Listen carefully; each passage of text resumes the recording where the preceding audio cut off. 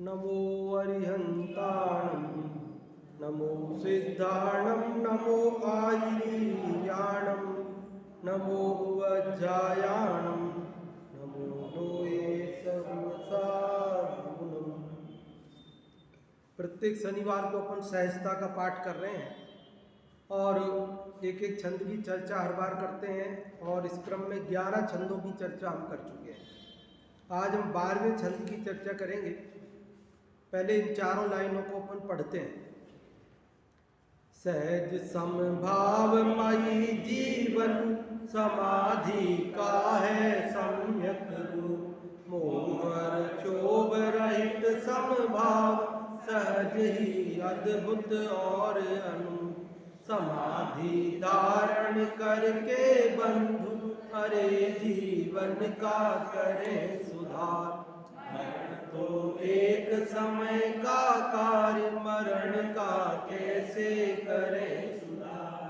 देखो बहुत ही मार्मिक बात इसमें कह रहे हैं कि सहज समभावमयी जीवन, सहज समता भावमयी जीवन होता है। समभाव मतलब राग नहीं किसी से और द्वेष भी नहीं किसी से। कबीरदास जी ने कहा ना, कबीरा खड़ा बाजार में सबकी मांगे खैर, ना काहू से दोस्ती ना काहू से बैर।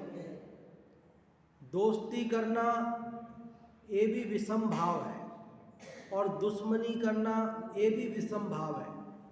जगत को ऐसा लगता है कि दुश्मनी करना तो विषम भाव है, पर दोस्ती करने में क्या दिक्कत है। लेकिन वास्तव में बात ऐसी है कि दोस्ती बिना दुश्मनी के नहीं होती और दुश्मनी बिना दोस्ती के नहीं होती। आपको ये बात समझ में नहीं आई होगी।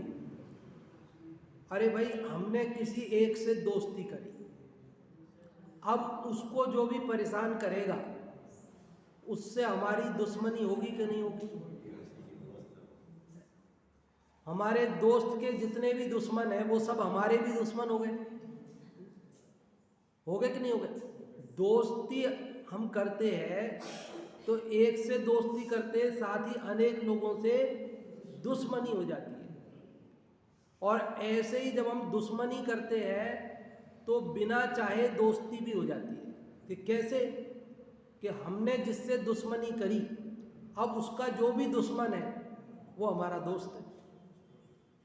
नहीं समझ में? हमारे दुश्मन के जितने भी दुश्मन हैं वो सब हमारे क्या हो गए, दोस्त हो गए।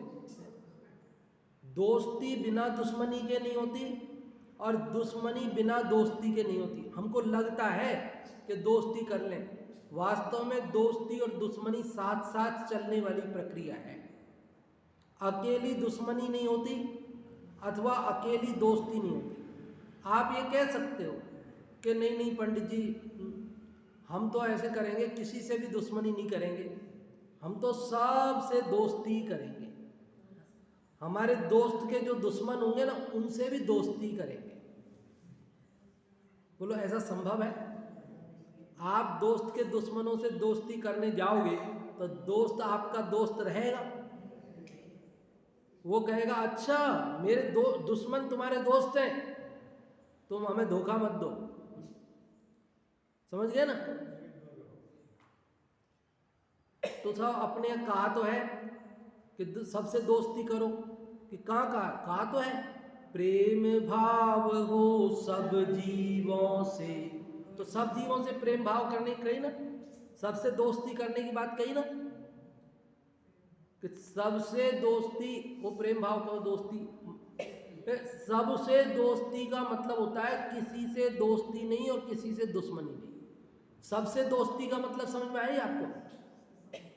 सबसे दोस्ती का मतलब यह है कि ना तो हमारी किसी से दोस्ती है और ना किसी से दुश्मनी। आप कहोगे ये कैसे होता है, सबसे दोस्ती भी होवे और ना दोस्ती ना दुश्मनी रहता है, ऐसा कैसे होता है? ऐसा ऐसे होता है जैसे मान लो कि एक टीचर भर्ती करना है मेरे स्कूल में और सरकार ने कहा कि भाई तुम एक जने को ले लो किसी को।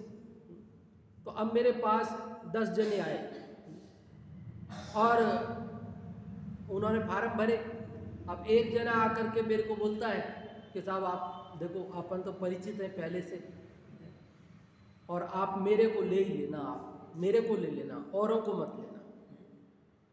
और मैंने उसको ये कहा कि देखो भाई, मेरे लिए सभी दोस्त हैं, मेरे सभी परिचित हैं, मेरे लिए सब समान है। इसका मतलब क्या हुआ कि मेरा कोई भी दोस्त नहीं है, जिसका नंबर आना होगा नियम के अनुसार उसका आ जाएगा। तुम इस भरोसे में मत रहना कि मैं तुमको ले लूँगा। समझ क्या मतलब हुई उसकी? मतलब समझ आए? मेरे तो सभी जानकार हैं, मैं तो सबको ही जानता हूँ, और सभी मेरे से ये कह रहे हैं कि हमको ले लेना और किसी को मत लेना। अब बताओ मैं क्या करूँ, किसको ले और किसको नहीं लूँ? मैं तो 10 को ही जानता हूँ, 10 से ही मेरा अच्छा, मेरे ही तो स्टूडेंट है, मैंने ही तो पढ़ाए हैं, मेरे स्कूल के पढ़े हुए तो बच्चे हैं जो अब नौकरी करने आए हैं। मैं उनमें से किसको साथ मतभेद पक्षपात करूं? अरे जो योग्य होगा उसका चयन हो जाएगा, मैं उसमें कोई पक्षपात नहीं करूंगा। इसका मतलब यह है कि मेरी सबसे दोस्ती है। दुश्मनी किसी से हो ना, मतलब ये तो नहीं आना चाहिए बाकी कोई आ जाए। 10 में से अगर 1 से मेरी दुश्मनी हो तो मेरे को क्या लगेगा? ये नहीं आना चाहिए बाकी 9 में से कोई भी आ जाए। और यदि मेरी किसी से दोस्ती हो तो मेरे को क्या लगता है? यही आना चाहिए बाकी कोई नहीं आना चाहिए। लेकिन जब मेरी सबसे दोस्ती होती है तो फिर क्या होता है कि कोई भी आ जाओ भैया, जो योग्य है वो आ जाओ। सबसे प्रेम भाव होने का मतलब है किसी से भी प्रेम भाव नहीं होना। ये कहने में अच्छा लगता है सबसे प्रेम भाव, लेकिन सबसे प्रेम भाव मतलब किसी से प्रेम भाव नहीं है हमारा। सबसे प्रेम भाव है का मतलब इतना है, हमारी दुश्मनी भी नहीं किसी से। भाई किसी से दोस्ती भी नहीं है और किसी से दुश्मनी भी नहीं है, बस इसी का नाम समभाव है, इसी का नाम समता भाव है, इसी में आनंद है। यह क्या कहा? सहज समभावमयी जीवन, सहज समभावमयी जीवन। समझ में आया कि किसी से ना राग ना किसी से द्वेष, व्यक्तियों से ही नहीं, वस्तुओं से भी किसी से राग और किसी से द्वेष नहीं है, परिस्थितियों से भी राग और द्वेष नहीं है। अभी किसी घटना से भी राग और द्वेष नहीं है, किसी मौसम से भी राग और द्वेष नहीं है। कैसा भाव है? समभाव।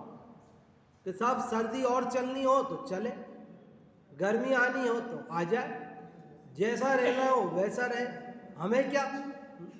कि नहीं अभी से सर्दी नहीं जानी चाहिए, अभी तो फरवरी तो पड़नी चाहिए है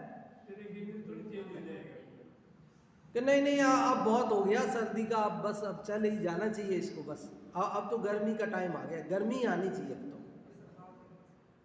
अरे भैया ये सर्दी आनी चाहिए, ये गर्मी आनी चाहिए, ये चली जानी चाहिए, ये तेरे राग और द्वेष के परिणाम हैं।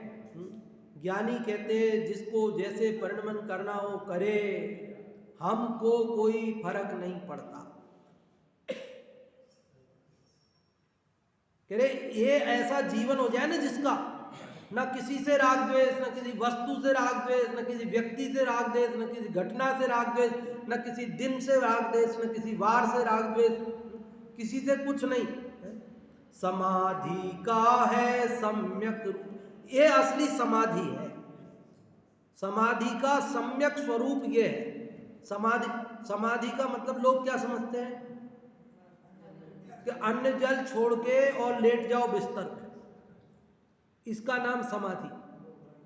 यहां कह रहे, हम ये नहीं कह रहे कि वो समाधि नहीं है, वो भी एक स्थिति आती है, पर यहां ये कह रहे हैं हमारा जीवन ही ऐसा हो जाए कि हमें किसी से कोई राग द्वेष नहीं रहे और समता भाव रहे हमारे जीवन में, तो कहते हैं ये समाधि का असली स्वरूप है। क्या है असली स्वरूप समाधि का? ये एक लाइन समझ में आ जाए ना, एक लाइन, 4 लाइन में तो बहुत बात हो गई, एक लाइन समझ में आ जाए तो सारी बात समझ में आ गई। समझ लो आप क्या कह रहे? सहज समभावमयी जीवन समाधि का है सम्यक रूप। समाधि का सम्यक स्वरूप क्या है, असली स्वरूप क्या है? कि जीवन में समता भाव आ जाए। क्या आ जाए? मोह और क्षोभ रहित समभाव सहज ही अद्भुत। और क्या है समता भाव? क्या है समभावमयी जीवन? तो कह रहे मोह और क्षोभ रहित जो भाव है वो समभाव है। मोह और क्षोभ से रहित। मोह ये वस्तु मेरी है, क्षोभ क्रोध आ जाता है ना, कसाएं, मान, माया, लोभ, विकार, ये सब मोह और क्षोभ से रहित, विकारों से रहित जो परिणाम है वही समता भाव है। राग और द्वेष में सब आ गया, 2 शब्दों में सब आ गया। क्रोध, मान, माया, लोभ जो 4 कसाएं हैं, उनमें से क्रोध और मान ये तो द्वेष रूप, और माया और लोभ राग रूप। तो राग और द्वेष में सब आ गया, पूरी 25 कसाएं आ गई उसमें। ये 4 के ही तो 4 भेद करके 16 कसाएं हो जाती है। और 9 कसाएं हास्य, रति, अरति, शोक, भय, जुगुप्सा, स्त्रीवेद, पुरुषवेद, नपुंसक वेद, उसमें से भी 5 तो है राग और 4 है द्वेष। हास्य, रति, स्त्रीवेद, पुरुषवेद और नपुंसक वेद, ये 3 तो है राग। और अरति, शोक, भय और जुगुप्सा, ये 4 है द्वेष। तो राग और द्वेष में क्या बचा? 25 कसायों में से 13 कसाएं तो राग है और 12 कसाएं द्वेष है। राग और द्वेष में सब आ गया। तो यहां कह रहे मोह और क्षोभ से रहित जो समता भाव है वो क्या है? सहज है। वो ऐसी सहजता अद्भुत है। क्या है ऐसी सहजता? राग द्वेष से रहित जो सहज परिणाम है ना, ये जगत में अद्भुत परिणाम है। ऐसा परिणाम हर किसी को नहीं होता, और यह परिणाम अनुपम है। कैसा है? जगत के किसी राग से या द्वेष से इसकी तुलना नहीं की जा सकती। ये राग द्वेष रहित परिणाम कुछ विशिष्ट परिणाम है, अनुपम है। इसकी किसी से तुलना, उपमा नहीं दी जा सकती। समझ में आ रही बात? क्या समझ में आ रही बात? 2 लाइन समझ में आई? सहज संभावमयी जीवन ही समाधि का सच्चा स्वरूप है। मोह से, क्षोभ से रहित परिणाम को ही समता भाव कहते हैं, और ऐसा समता भाव अद्भुत होता है, अनुपम होता है। तो क्या करें साहब? आगे क्या करें? कि ये समाधि धारण करो। कि कब धारण करनी ये समाधि? 80 साल के हो जाए जब? ये तो 8 साल का बालक भी धारण कर सकता है, 40 साल का युवा भी कर सकता है, और 80 साल का वृद्ध भी कर सकता है। कोई भी कर सकता है। जो धारण कर ले उसका जीवन समाधिमय हो गया, और जैसी भी परिस्थिति में मरण हो जाएगा वो मरण भी समाधि मरण ही होगा। समाधि धारण करके बंधु अरे जीवन का करे सुधार। क्या करे? समाधि धारण करके बंधु, मतलब हे भाई, अरे जीवन का करे सुधार। लोग कहते सब समाधि धारण करके मरण सुधार लो। लोग कहते समाधि धारण करके मरण सुधार लो। लेकिन यहां कह रहे भैया, मरण सुधारना तेरे हाथ में नहीं है, तेरे हाथ में जीवन सुधारना है। तू यदि जीवन सुधारेगा तो मरण तो अपने आप सुधर जाएगा। और तू जीवन तो बिगाड़ के रखे और तू चाहे कि अंत समय मेरा मरण सुधर जाए, तो ऐसा कभी संभव नहीं। जिसका जीवन सुधरता है उसी का मरण सुधरता है, जिसका जीवन नहीं सुधरता उसका मरण भी नहीं सुधरता। समाधि धारण करके बंधु अरे जीवन का करे सुधार, मरण तो एक समय का कार्य, मरण का कैसे करे सुधार। मरण तो एक समय का काम है, मरण तो एक समय का काम है। मरण जिस समय हमारी आयु पूरी होगी उसके एक समय पहले तक तो जीवन ही है। मरण तो जिस समय आयु पूरी हुई बस उस समय मरण हो गया, खत्म बात। अब जिस समय आयु पूरी होगी उस समय का हम कैसे सुधार करेंगे? और हमको पता भी क्या है कि किस समय हमारी आयु पूरी होने वाली, जो हम सुधार लें उसको। कह रहे ये तो जो जीवन है उसको ही सुधार लो, तो जिस समय मरण होगा वो मरण भी सुधरा हुआ ही कहलाएगा। मरण तो एक समय का कार्य, मरण का कैसे करें सुधार। एक समय का काम है मरण, तो उसको सुधारना संभव नहीं है। और है संभव कैसे? आप जीवन सुधारो, मरण सुधर जाए।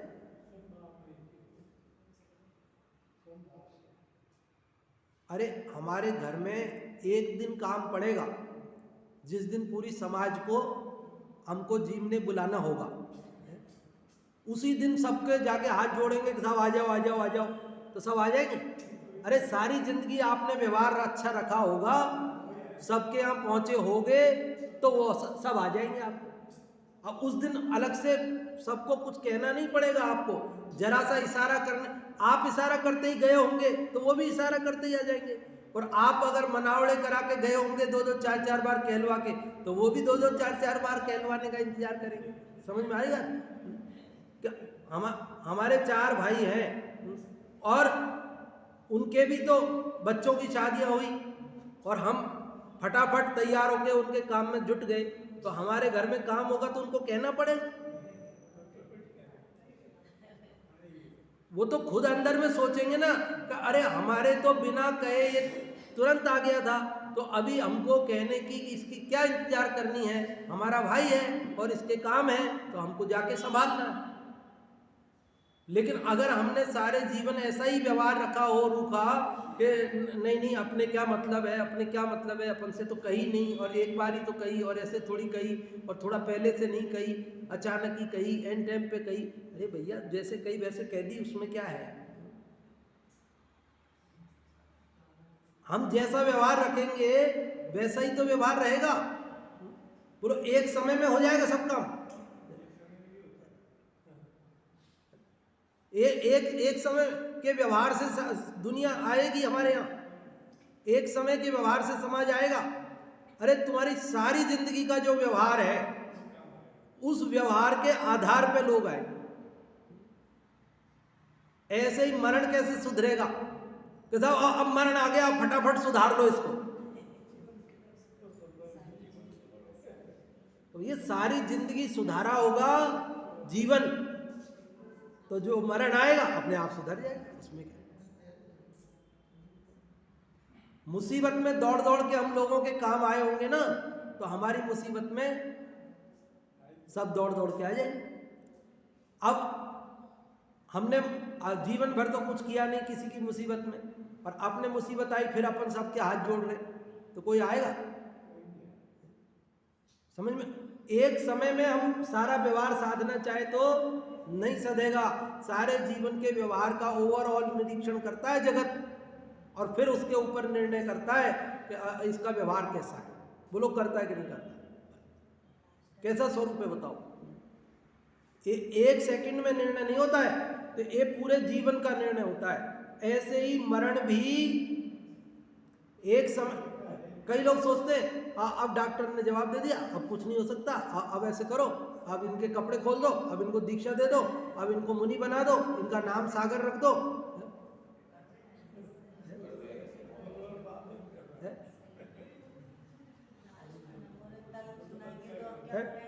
लास्ट होगा, उसने कुछ नहीं किया, हाँ। उसको नमोरत्नाम सुनाएगा तो क्या बोलेगा, मैं मर तो नहीं रहा हूँ जो सुना रहे हो। हाँ, सारी जिंदगी नमोकार मंत्र नहीं जपा, नहीं सुना, और उसको अगर आप मरते समय नमोकार मंत्र सुनाओगे तो वो घबराएगा और वो कहेगा अभी कौन सा मैं मर रहा हूं जो नमोकार मंत्र सुना रहे हो। अरे सारी जिंदगी नमोकार मंत्र सुना होगा, सुनाया होगा, जाप किया होगा, तो अंत अच्छा नहीं लगेगा, उसको माथा दुख रहा बोलेगा वो, उसको सुहाएगी नहीं ये बात है। इसलिए भाई जीवन को सुधारो, मरण का भरोसा नहीं है, कब किसका मरण आएगा कुछ कह नहीं सकते हैं, किन परिस्थितियों में आएगा कुछ कहा नहीं जा सकता है। इसलिए भाई हमें जीवन सुधारने का प्रयास करना चाहिए, और जीवन का सुधार क्या है, समता भाव। जीवन का सुधार क्या है, ना किसी से दोस्ती, ना किसी से दुश्मनी, ना किसी से राग, ना किसी से द्वेष। मैं तो इस शरीर से भी भिन्न चैतन्य ध्रुव कारण परमात्मा हूँ, एक गायक भाव हूँ, इसलिए अन्य पदार्थों की तो क्या कथा करूँ, शरीर ही मेरा नहीं है तो अन्य मेरे कैसे हो सकते हैं। अन्य लोगों से राग द्वेष करना तो दूर की बात है, अन्य लोगों मेरे अनुसार परिणमन कैसे करें, शरीर ही मेरे अनुसार परिणमन नहीं करता, तो मैं किसको अपने अनुसार। ऐसा समता भाव जब आता है तब जीवन सुधर जाता है और उसका मरण भी स्वतः ही सुधर जाता है। यही सहजता है, यही समता भाव है, यही समाधि है, यही समाधि मरण है, यही ये अद्भुत है और ये अनुपम है। आप लोग बताएं अब इस 12वें श्लोक में क्या समझ में आई बात आपको। ये जो 4 लाइनें अभी अपन ने पढ़ी 12वें छंद की, इसमें आपको जो भी समझ में आई है वो आप बताइए, माइक ले लीजिए और माइक से बताइए। हाँ जी, जो भी बताना चाहते हैं बताएं। सरल है आज का एकदम, कोई शब्द भी कठिन नहीं है ना, भाव भी कठिन नहीं है, और बहुत ही सरल बात है। बस अपने जीवन में अपनाने में जरूर हमको कठिनाई लगती है, पर एक कठिन नहीं है बात। सभी को ये लगता है हाँ कि मरण मेरा सुधर जाए, हाँ, सभी यही सोचते हैं। हाँ, वो कब सोचता है, जब लास्ट समय आ जाता है। लास्ट समय आ जाता है। सब लोग ये कहते कि तेरा जीवन सुधार ले तू। हाँ। लेकिन उस वक्त क्या सुधार है, सारा जीवन तो उसने जो है सारा जीवन नहीं बिताया उसने। बिल्कुल। संभाव में तो रहा नहीं वो। हाँ जी। है ना। हाँ। और वो कहते कि तो अपना मरण समय सुधार ले, कैसे सुधार, वो तो सुधर ही नहीं सकता। बिल्कुल। और सारा जीवन किसी का इष्ट न रहे ना अनिष्ट रहे। हाँ। सबके साथ व्यवहार एक जैसा रखे। बिल्कुल। तो उसका जीवन सुधर सकता है। बिल्कुल। तो समाधि मरण उसी को कहते हैं।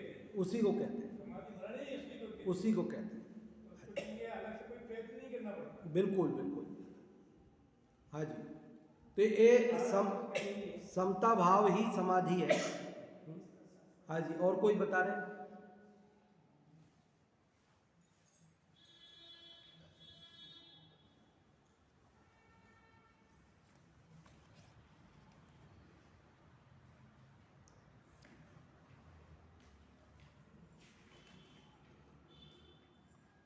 ये 12 नंबर श्लोक में संस्था ने ये बताया कि सहज ही समाधि में जीवन होता है, संभाव रखना चाहिए, वही संयम स्वरूप है। और मोह और जो राग और द्वेष से रहित, ना खाओगे दोस्ती ना खाओगे दुश्मनी। आपने ये उदाहरण देके हमको समझाया था कि जिसकी ज्यादा जिससे दुश्मन, हमारी तो किसी से राग नहीं है, हम तो सबके साथ अच्छी दोस्ती रखते हैं, पर वो किसी के साथ नहीं है। ये उदाहरण देके हमको समझाया। और अपन लास्ट में समाधि करेंगे और धर्म करेंगे तो नहीं चलेगा, अपने को पूरा जीवन का सुधार होना चाहिए। और समाधि पूरे जीवन करोगे तो तुम्हारा मरण सुधरेगा, नहीं तो लास्ट टाइम में कुछ भी नहीं सुधरेगा। मरण एक समय का है और अपने को जीवन हर समय सुधारना ही है। हाँ जी, बहुत बढ़िया। और भी कोई बताना चाहते हैं तो बता सकते हैं। हाँ जी।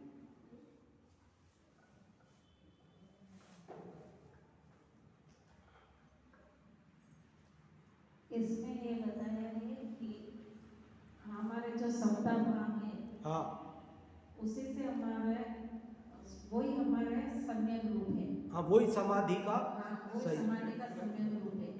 और राग द्वेष से रहित जो हमारे समभाव है, समता के भाव है, वो बहुत ही अद्भुत और अनुपम है। हाँ जी, समाधि धारण ये भाई समाधि को धारण करके अपने जीवन का सुधार करें, अपने जीवन को सार्थक बनाए। मरण तो एक समय का कार्य है, अगर हम अपने जीवन को सुधार लेंगे तो मरण अपने आप ही सुधर जाएगा।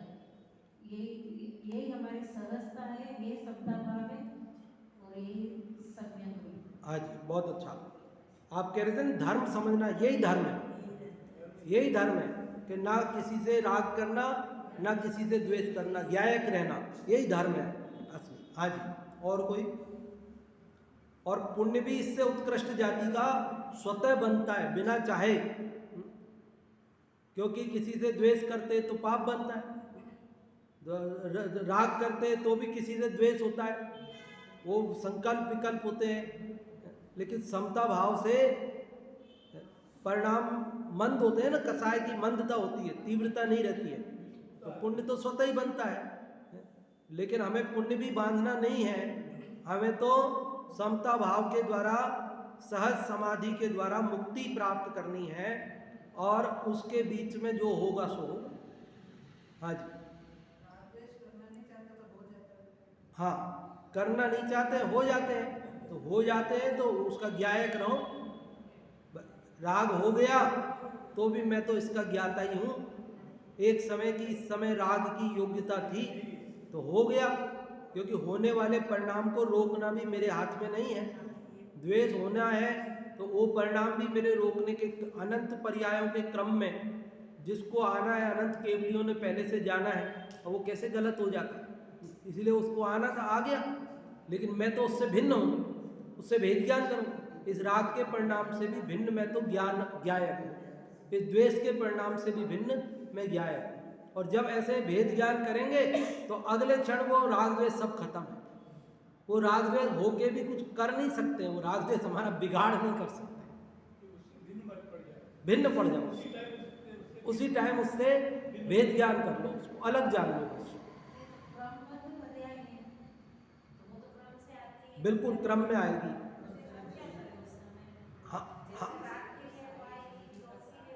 हाँ, तो वो क्रमबद्ध का ज्ञान करो भाई, जो होगी आएगी तो हमें उसका ज्ञायक रहना, और हमको उससे भिन्न भिन्न अनुभव करना है। क्या करना है कि ये तो अपने क्रम में आई है, आने वाली को हम टाल नहीं सकते भाई, होनी को हम रोक नहीं सकते, जो अनहोनी है उसको कर नहीं सकते। तो अपने क्रम में जो आई तो हम क्या करते, आई तो ये क्यों आ गई, द्वेष करते, और ये ऐसा परिणाम आ गया मंद कसाय का तो ये तो अच्छा हो गया, उससे राग करते। अरे भैया, मंद कसाय का आ गया तो उससे मेरा भला नहीं, तीव्र कसाय का आ गया तो जब तक मैं उससे जुड़ूं नहीं तो उससे मेरा बुरा नहीं होता।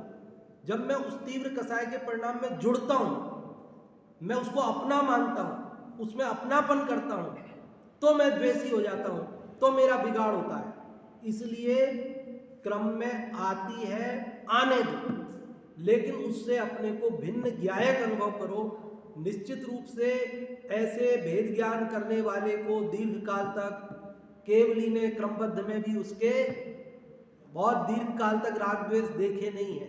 वो अल्प काल में उसके राग द्वेष का अभाव होकर परम पूर्ण वितरागता और अनंत सुख की दशा उसको प्रकट हुए बिना रहेगी नहीं। क्योंकि जिसको अनंत काल संसार में भ्रमना है, राग द्वेष में नमना है, उसको ऐसा परिणाम ही नहीं आएगा कि मैं इससे भिन्न अपने को अनुभव करूं, ज्ञायक रहूं, वो तो उसमें जुड़ेगा। हाँ जी, वो तो ऐसे भाव कभी ऐसे आ जाता है ना, हाँ, तो ये विचार करती हूँ ये आ गया, आना नहीं चाहिए, फिर इतना बीच बीच में याद होता है, उनको गुनगुनाते रहो थोड़ी हाँ, देर, तो वो अपने आप चला जाता है। हाँ, बिल्कुल। और एक समय में बहुत ज्यादा आ जाता है। आज ज़्यादा आ जाता है, आ जाने तो घबराने की क्या बात है भाई, ज़्यादा आ जाए, ज़्यादा आना था ज़्यादा आ गया, कम आना था कम आ गया है। हाँ, आ जाता है, आ जाने दो। उससे अपने को भिन्न अनुभव करने की, भेद करने की प्रज्ञा छेनी से उसमें भेद डालने की आदत हो जाएगी। तो बस हो जाएगा काम, चोट मारो उसके। हो जाएगा काम। तो अभी अपन जिनवाणी स्तुति करते हैं और अगले छंद की चर्चा अगली बार करेंगे, है ना। और